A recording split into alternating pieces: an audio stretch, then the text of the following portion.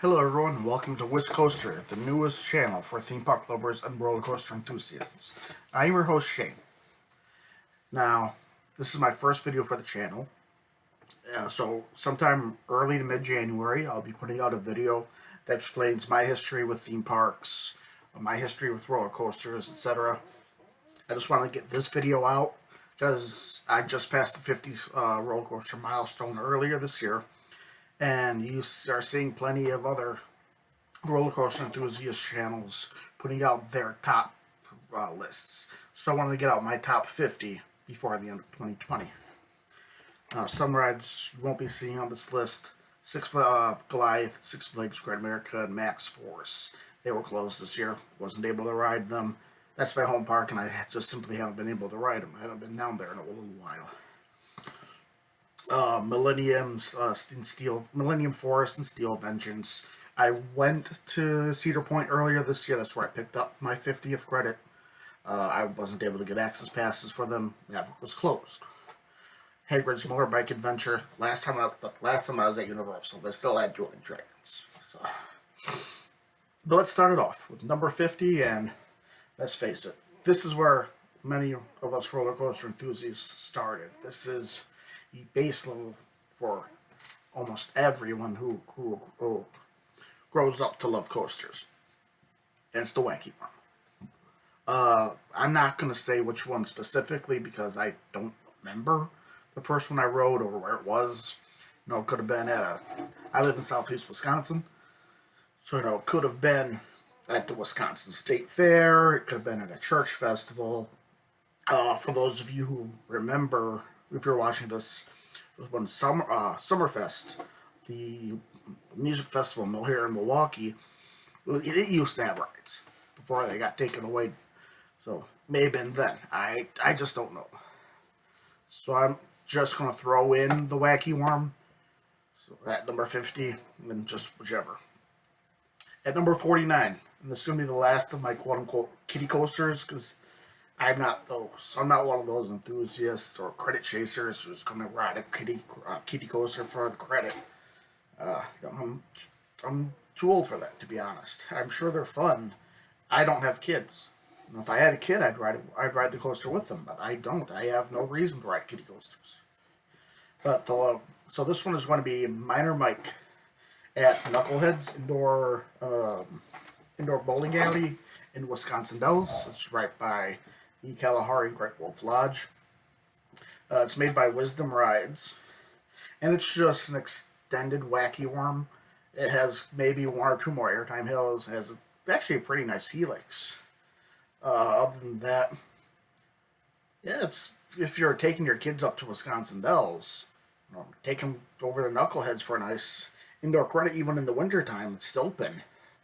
Of course, probably not open right now due to what's going on, but if you're ever, once all settles down, you're up in Wisconsin Dells, you want a good, introduce your kids to a good ride, put them on Minor Mike. Alright. Moving on to number 48. We're staying in Wisconsin Dells, and this is my first defunct coaster. It's called Galaxy, and it was at Riverview Park and Waterworld.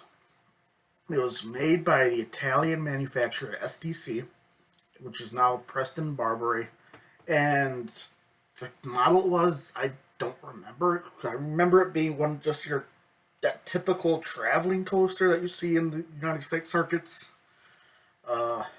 It's for small fairs, stuff like that. I just don't have that big of a memory of it. It was closed in 2011 along with the park.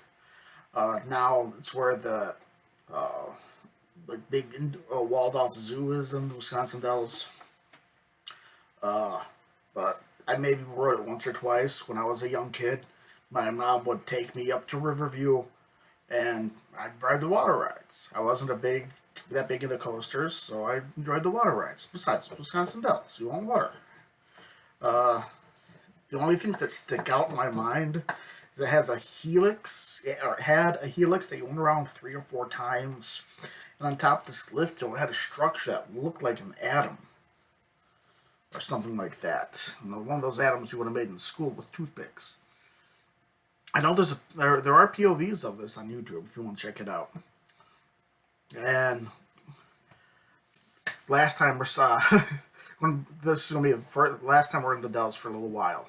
We're going down to number 47.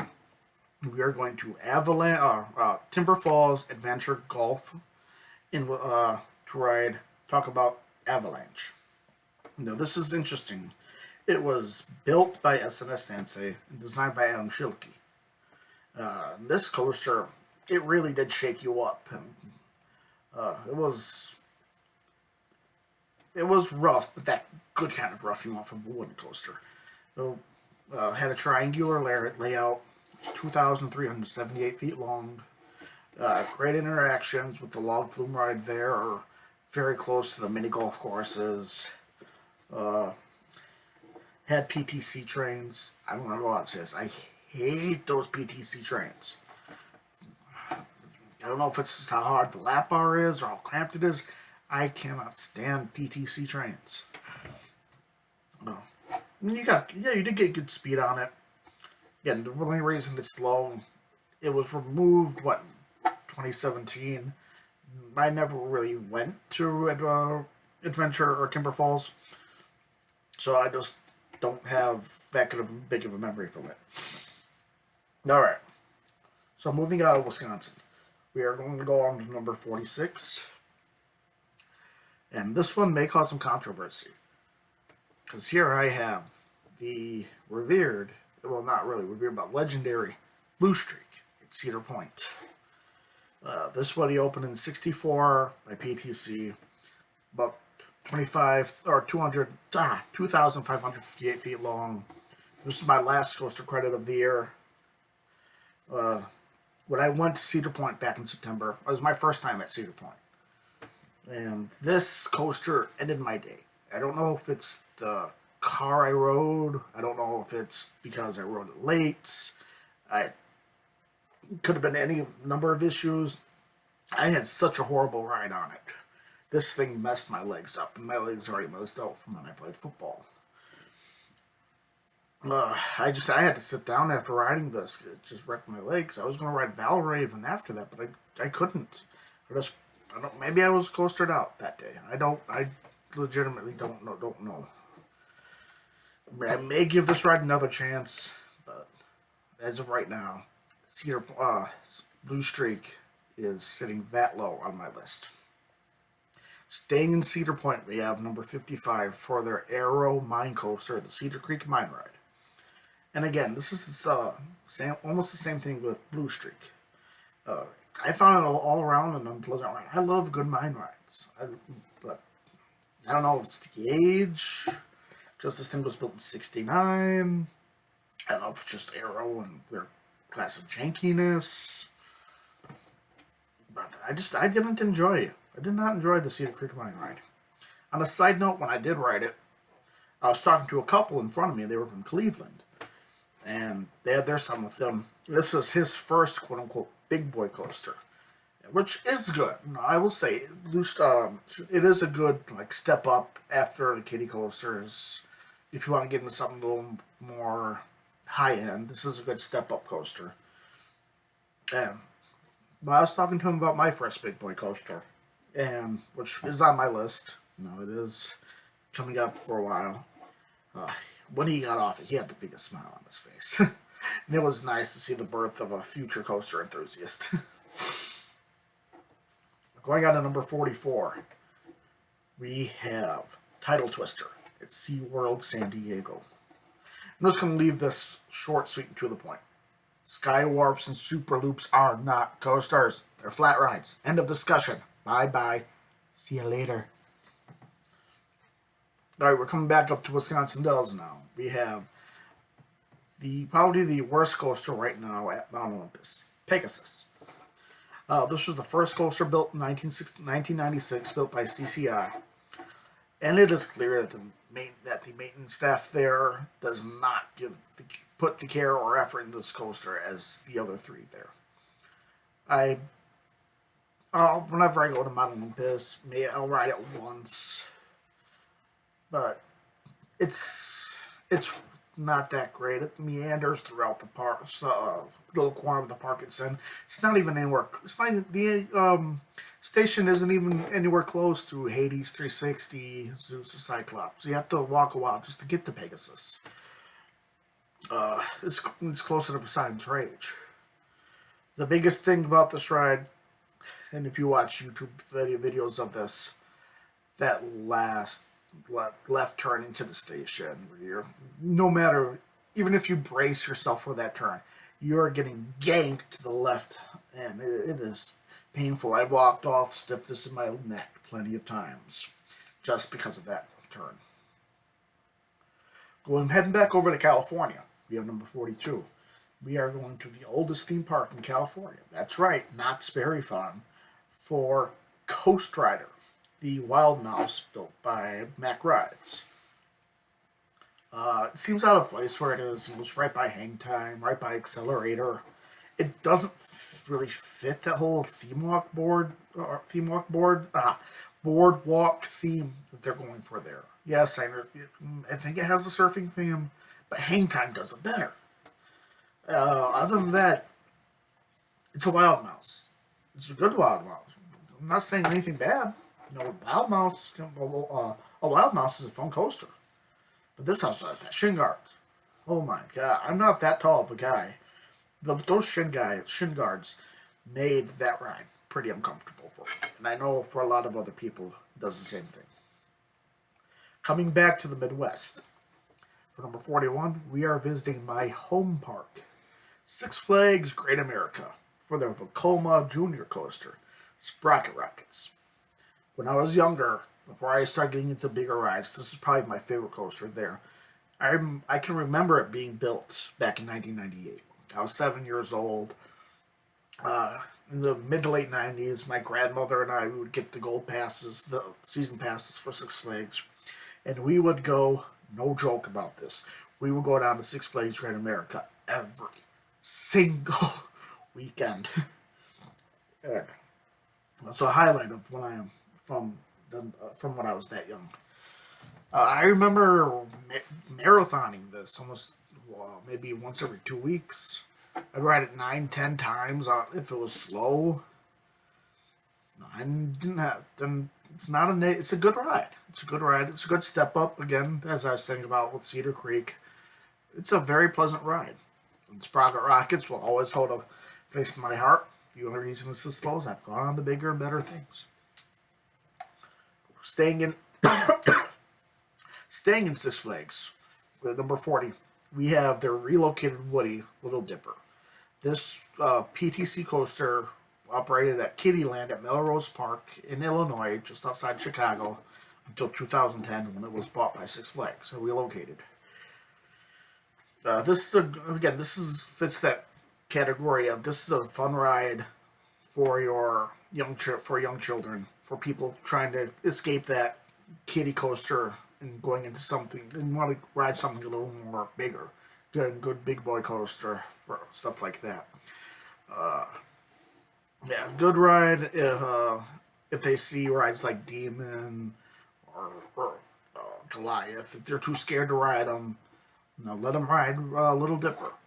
If anyone's too scared to ride those.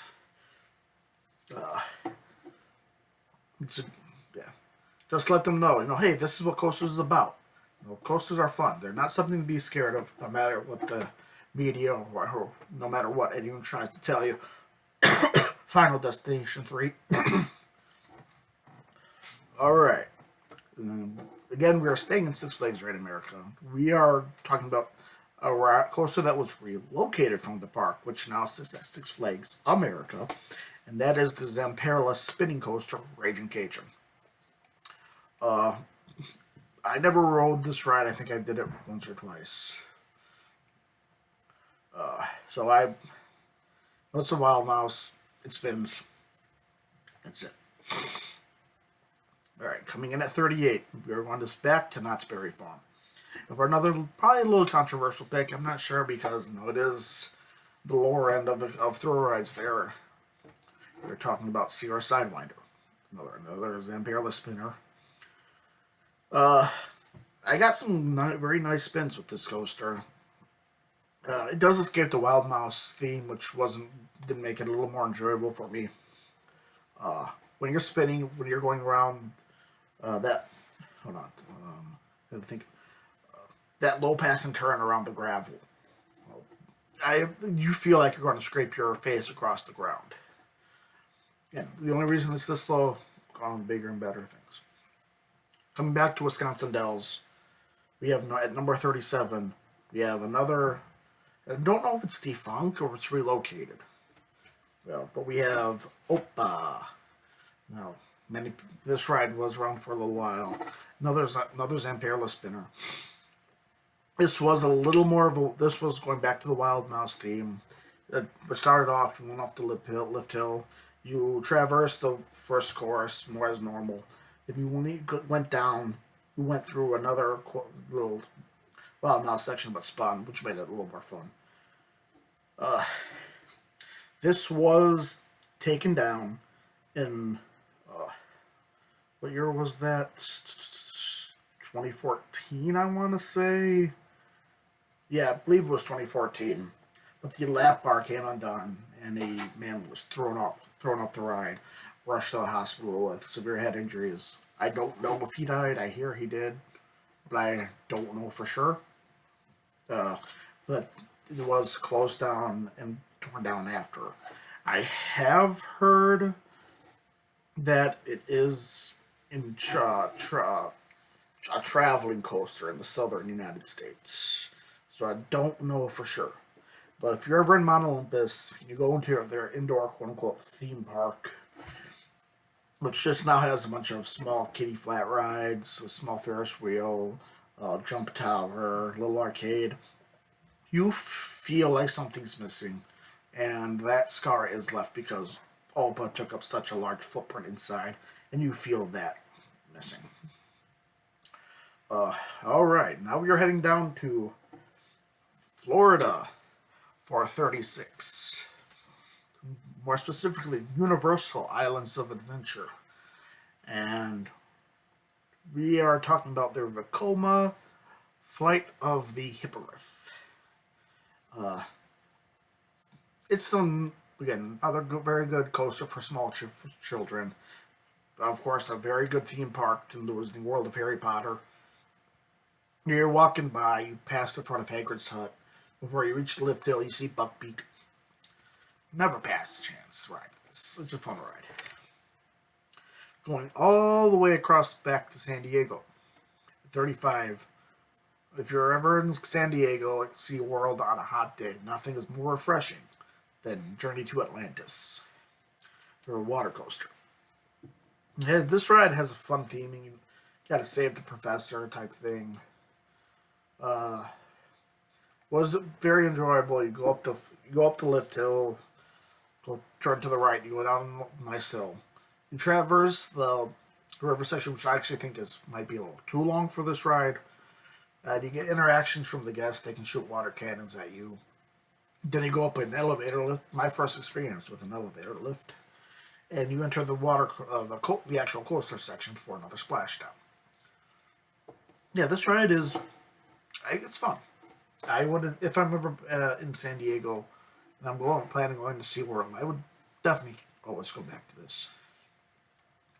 Coming back to Wisconsin Dells with number 34. We have the second oldest coaster, Cyclops. Most people know this coaster. It has a great drop going down a hill, all the way across. It's very scenic, very picturesque. That's probably the best part of the coaster. It does run with one less car now on the train. It used to have the 6th, and it is missed. You had to be 18. You had to be either 16 or 18 to ride it. Before they got rid of it, I was able to ride it in that coaster, and the air time on that was insane. You don't feel that anymore, even with the 5 cars. The air time is still good, but it's nowhere near what it used to be. We are going up to Minnesota now. My only time to Minnesota. We were talking about the Zero Tivoli Pepsi Ripsaw, as it was known back then. Of course, now it's known as Pepsi Orange Street, getting there at Nickelodeon Universe. When I went there in 2004, Me and my two cousins, we marathoned the hell out of this ride. We enjoyed it that much. I don't remember too much about the ride because I had other things going on in my mind. You see right here, I'm a Packer fan.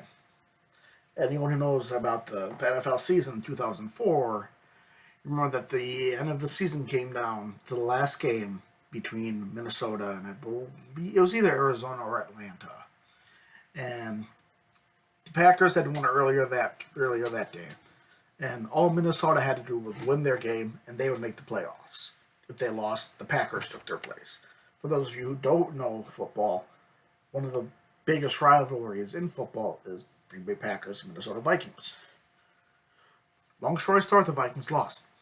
And I was there, I was about 13. I was there in a big puffy Packer jacket. And I had family up in Hayward. We were visiting them. And we decided to go to the Mall of America. So, yeah. Sticking with Tivoli's. Now we are going back to Knott's Berry Farm for our Jaguar. I like this coaster more than most. First off, I'm going to say that queue is probably one of the best queues I've seen outside of places like Universal, Disney, the really big budget theme parks. You walk into that Mayan pyramid. It's completely decked out and looks like an ancient pyramid from Central America with Mayan iconography. I'd keep going back just to visit that. It's not as slouch as a ride either. It does get good speed. When I rode it, the lady in front of me did almost lose her hat, which I thought was funny. It's good pacing, and that going through the loop of Montezuma's Revenge. Yes, please. Staying in Knott's, for number 31, we have, so far, the only moto coaster I have on this list, Pony Express. This coaster doesn't get the love it deserves, I think. I see it always ranked low on good coasters at Knott's, but it's still a really nice ride. The launch gives you some pretty good forces. Yes, it has a better launch coaster accelerator. It's a good placer coaster for those who are used to riding the more uppity rides, but before going into rides like Hang Time, Accelerator, Silver Bullet. Let me see where I am. Yeah, it's good. Yeah, that's Pony Express. Coming back to Six Flags Great America, the first B&M to hit my list, Superman Ultimate Flight. So far, this is the only flying coaster I've been on. It's solid. You got that pretzel loop, which does put good forces against your body. I always find it hard to breathe at the end of that pretzel loop because that fast restraint does get so tightening. It's pretty tight on me. I grayed out at the bottom. But it's still a good solid coaster at Six Flags. Alright. Going back, staying in Six Flags. We at number 29, we have the classic and always fun Schwarzkopf Speed Racer Whizzer. What else is there to say about this? There is a reason why the public was nearly outraged when they heard this would have been removed for the aforementioned Superman, and why the Aero Mega Looper Shockwave was moved to say, save the Wizard, Shockwave became chopped liver. You can't go wrong with Schwarzkopf. Really can't. I'm in the mindset that these rides should be saved at all costs. There are some Schwarzkopf has some of the best coasters out there. I'm very happy that Indiana Beach was able to save Chimera, even with the disaster earlier this year. Remember when I was talking about the child on Cedar Creek Mine Ride? Whizzer was my first big boy coaster. So maybe nostalgia plays a little bit in it. But I stand by what I said, when I say Schwarzkopf is better than Aero. Coming back up to Wisconsin Dells. At number 28, we have the original layout for Hades. Before it was 360, it was just called Hades. Big difference is where the loop is now. It was an airtime hill. and a quick turnaround. And I'm going to leave it at that because later on, I do have Hades 360 higher up on my list. Walking only a few feet from Hades at number 27, we have the coaster Zeus. Could this coaster use some TLC? Absolutely, but so can every coaster on Olympus. But there have been times on hot summer days when I would get some serious ejector airtime on this. But that comes with the caveat, PTC trains. Those lap bars dig into my legs too much, especially on really rough wooden coasters, and sometimes it makes it unbearable. If it were possible, I'd remove all PTC trains from coasters not built by PTC. There have been times on this where I've walked off and my leg has been split open. I'm bleeding. Alright, at 26, going back down to Six Flags, we have their in-house wooden coaster, Viper. If you're on Raging Bull and you can see the top of Viper, this ride just looks gorgeous from up top. Yes, it's almost like a tribute to Cyclone at Coney Island. But this ride, it gives you some good airtime. It's, again, rough in that good way, even with the PTC trains. It's, yeah. It's a good, solid, it's a solid Woody. At 25, what I talked about was our kind of trashed Arrow. We have two loopers coming up back to back. First, we're going back to Cedar Point. We're talking about, you know it, you love it, Corkscrew. This was the first modern coaster to have 3 inversions. And I don't know if it was the ride I had, but when I rode it, I have the opposite experience of what people say. Most people say it has that Arrow jankiness. It's a rough coaster. When I rode it, it was very smooth for me. I was in the last row. Go over that airtime hill. I got pulled down and I got some good airtime. Wasn't uncomfortable during the inversion or the corkscrew. Yeah, I had a real blast on the corkscrew. The only downside is those classic trains. Whatever side you're on, whatever side is against the car is very cramped. You gotta say if I'm saying right here, this it's cramped. Yeah, it's a picturesque coaster. It goes. If you go under the midway, if you go on the midway, you can get under that corkscrew and you can look up at the coaster at the track as the train's coming over. You get that great picture, and you can get that when you're on it, you get that mesmerizing look of an Arrow train going through a corkscrew. I've always loved those kind of views. At 24, going back up to Six Flags, we're talking about Demon. Again, this is a fun ride. This is a ride that is genuinely fun, especially if you got your phone on you, and you can find their theme song. Yes, that's right. This coaster has a theme song to it. It just makes it more fun. Yeah, you get this one. You kind of do feel more of those horrible transitions. You feel that Arrow jankiness.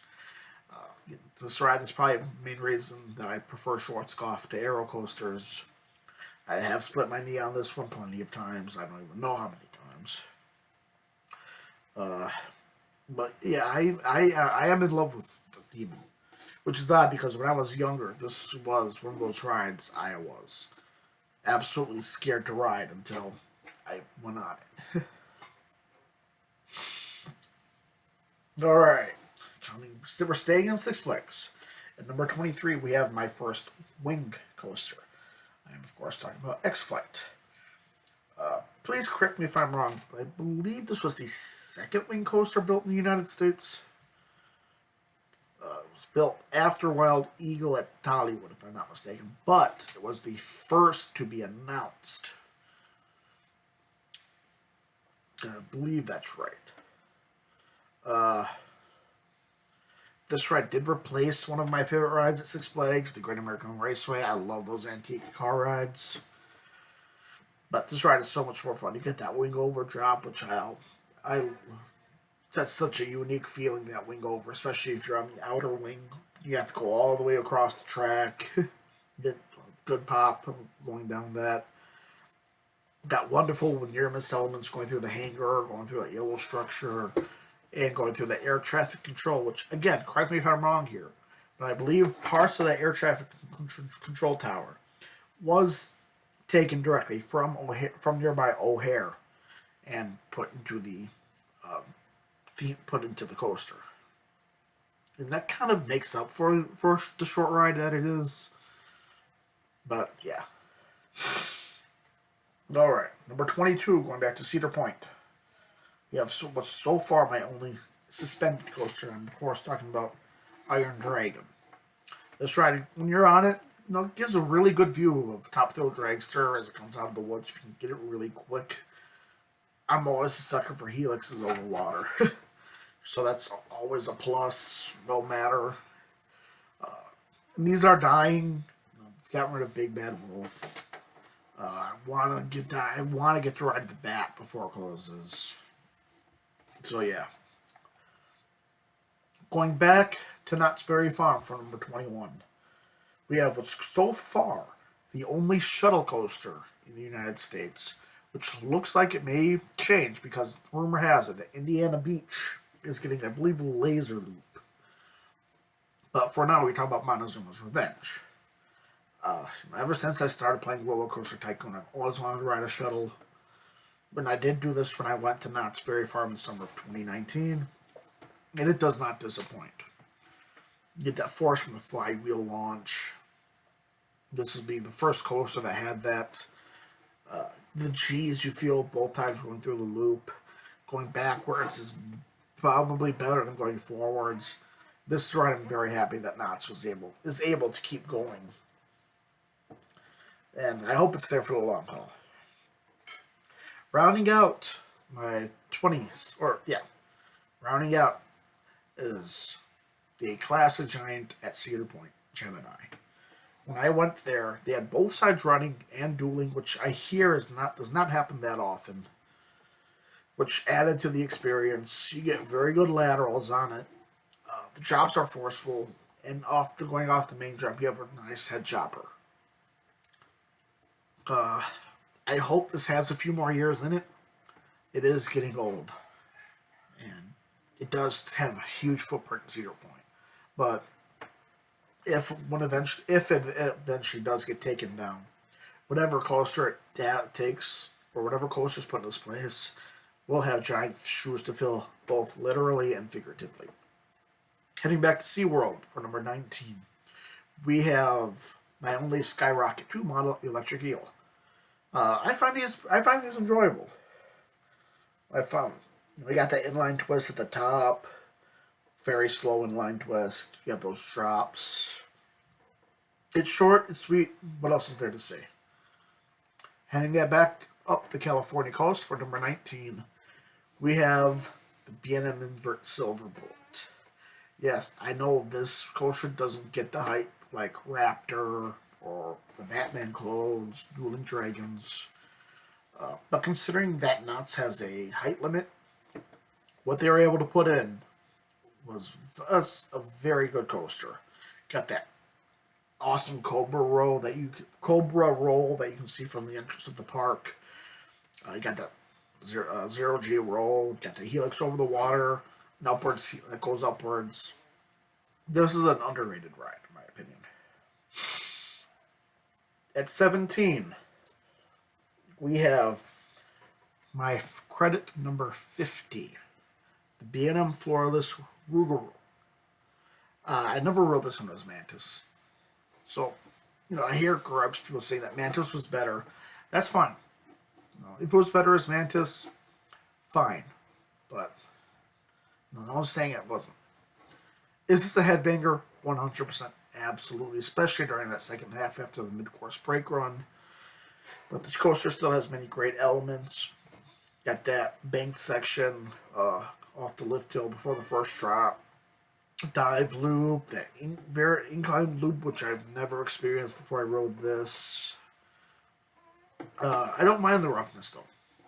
Actually, I think it kind of feels the roughness fits the name. Rougarou being a werewolf-like being, and this kind of feels, especially that second half, it feels like almost you're turning into the werewolf where you're trying to escape it. But this won't be the first time I bring up a ride and how it relates to the name. Coming in at 16, we have the very classic and much revered by all roller coaster enthusiasts, Intamin Woody Iron Eagle, the blue side of it, though. I mean, what else is there to say that hasn't been already said?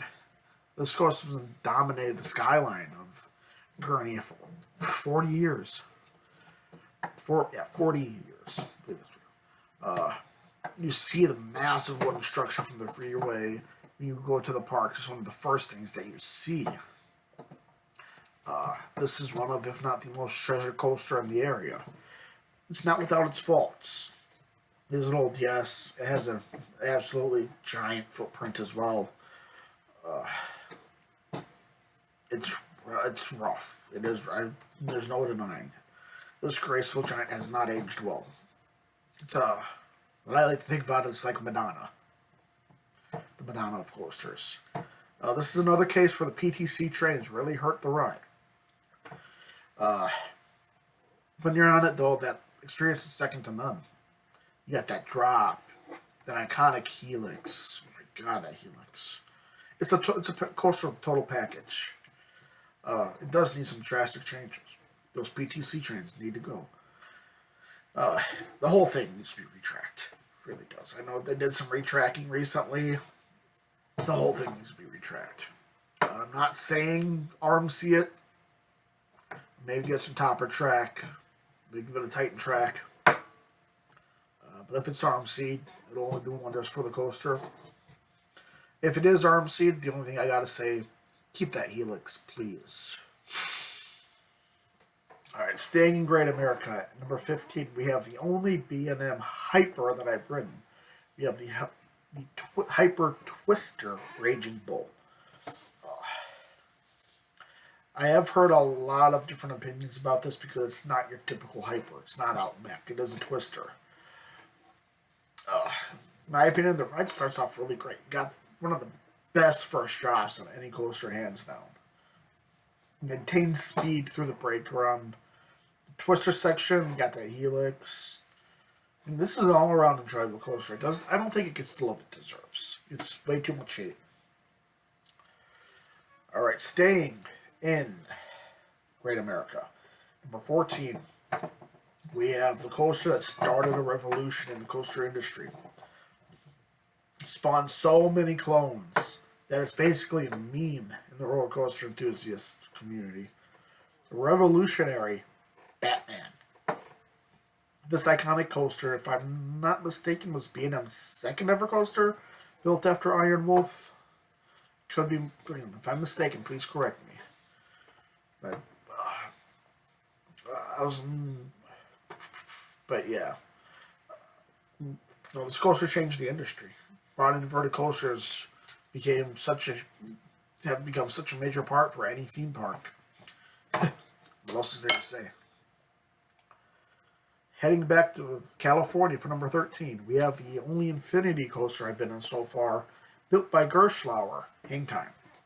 This was the second coaster I went on when I went to Knott's after Coast Rider.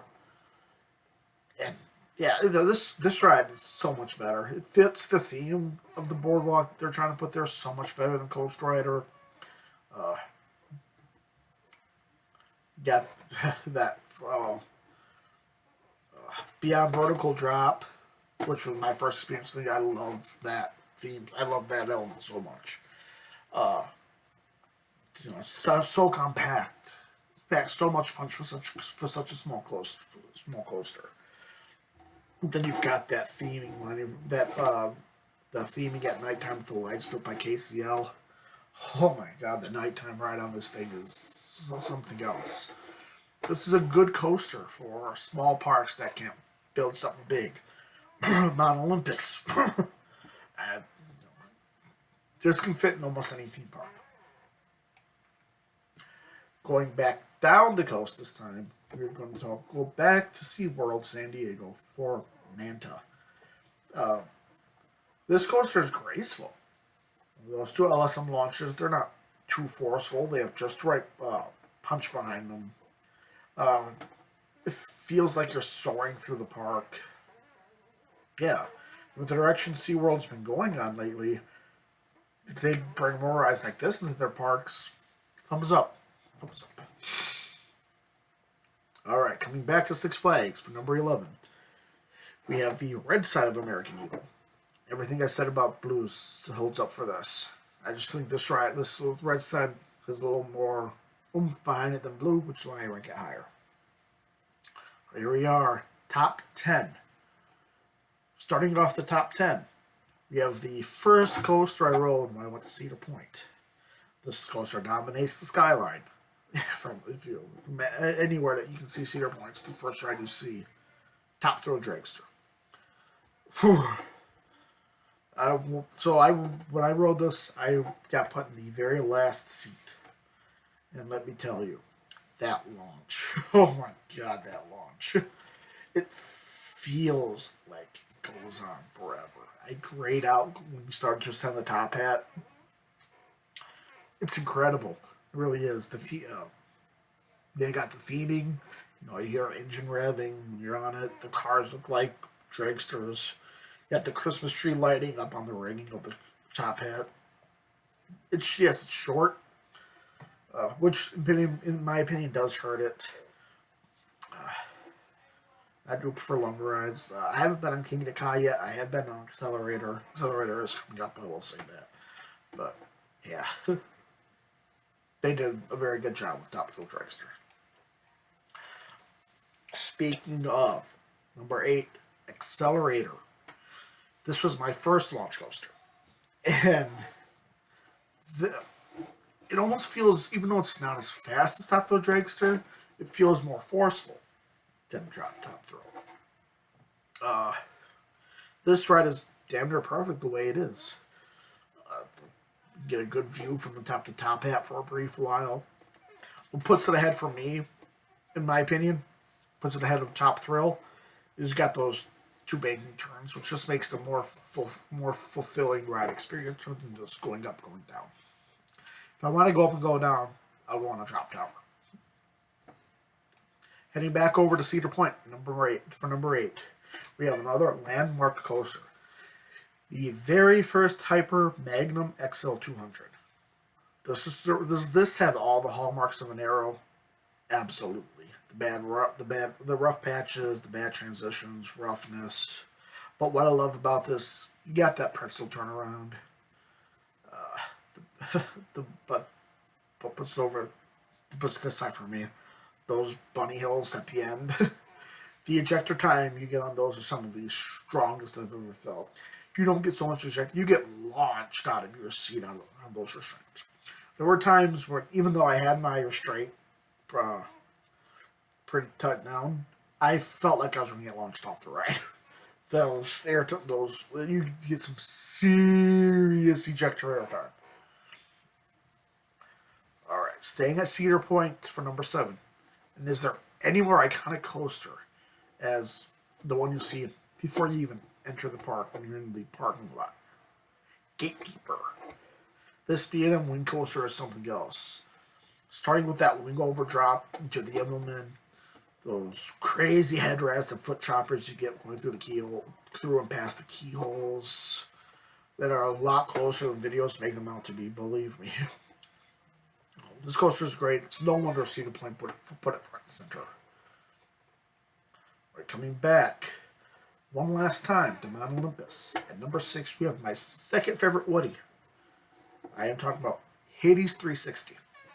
This unique Woody replaced the original Hades. Well, not really replaced it. They just added the corkscrew and overbank turn in 2005. This coaster has one of the best pre-lift sections on any coaster I've been on, hands down. You get 3 good airtime moments before you even hit the lift hill. The surprise waiting on the other end of that lift hill here, there. You enter, going down that drop, and you enter the longest tunnel of any coaster on the planet. It's pitch black. You don't see where you're going at all. You don't see the airtime hills. You don't see the very slight overbank turn going to the left. It's pitch black until you hit that corkscrew. No, you don't even realize you're going into the corkscrew until you're almost all the way through it. Then you go through an overbank turn. You go through the tunnel for a second time. Yes, the ending ride isn't as great as the first part, but Gravity Group, they did the right thing in my opinion when they redid the coaster. They took out the PTC trains and added Timberliner trains, which make the ride so much smoother. They're such a more comfortable train. And also, going back to when let's talk about Rougarou, how the name fits the ride. The name fits the ride on this. The roughness on this, because it is quite a rough ride. Not going to be marathoning this. I tried to with my now ex-boyfriend, and it didn't turn out well. But yeah, it feels like you're escaping Hades. You're escaping the underworld. Number 5, going back down to Florida, we have one of two of the most missed coasters around that created one spectacular experience. We have the Blue Side of Dueling Dragons. I was able to ride both of these when they dueled. It was an experience unlike on any other. Blue was a little more, wasn't as extreme as red. But, you got 3 very close near-miss elements, only about, a foot and a half apart, especially that iconic loop. This was one of, if not still, one of the best B&M inverts that anyone has ever ridden. Moving on to number 4, for the last time. For the last time, going back to Knott's, and for the giant wooden coaster, one of the best out there. You know it, you love it. What else could I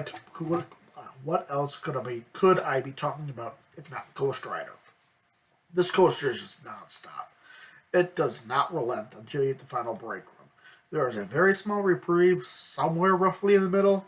Once you're able to just catch your breath, it continues. It throws you back.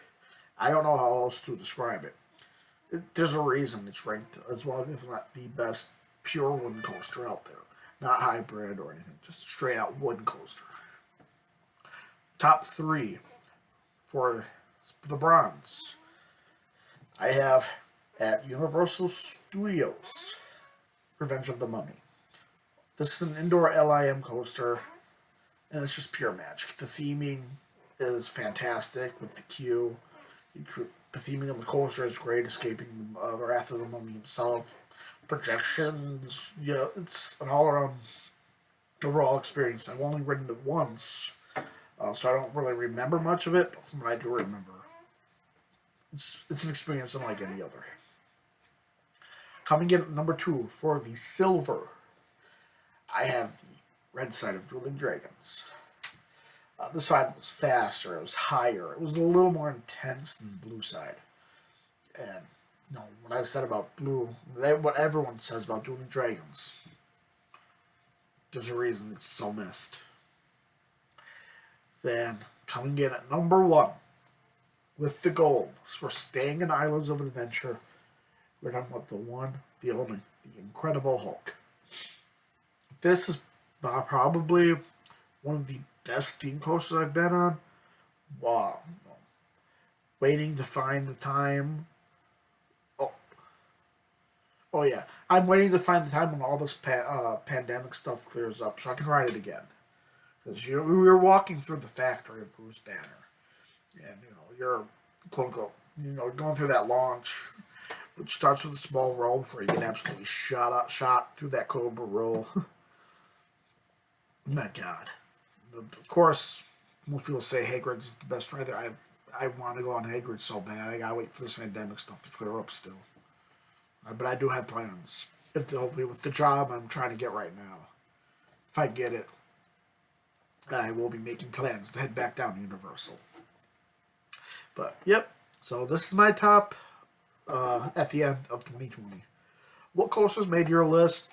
No matter how big or no matter how small, let me know down below. Please like this video, share it, so we can get this channel off the ground and rolling. If you have any ideas about future videos, please let me know. I do have a few POVs that I can upload. I do have a couple ideas for future videos, as well as in-depth coaster reviews, park reviews, dark rides, flat rides, etc. All that fun stuff. But, yep, until next time, this is Wiscoaster. Stay safe.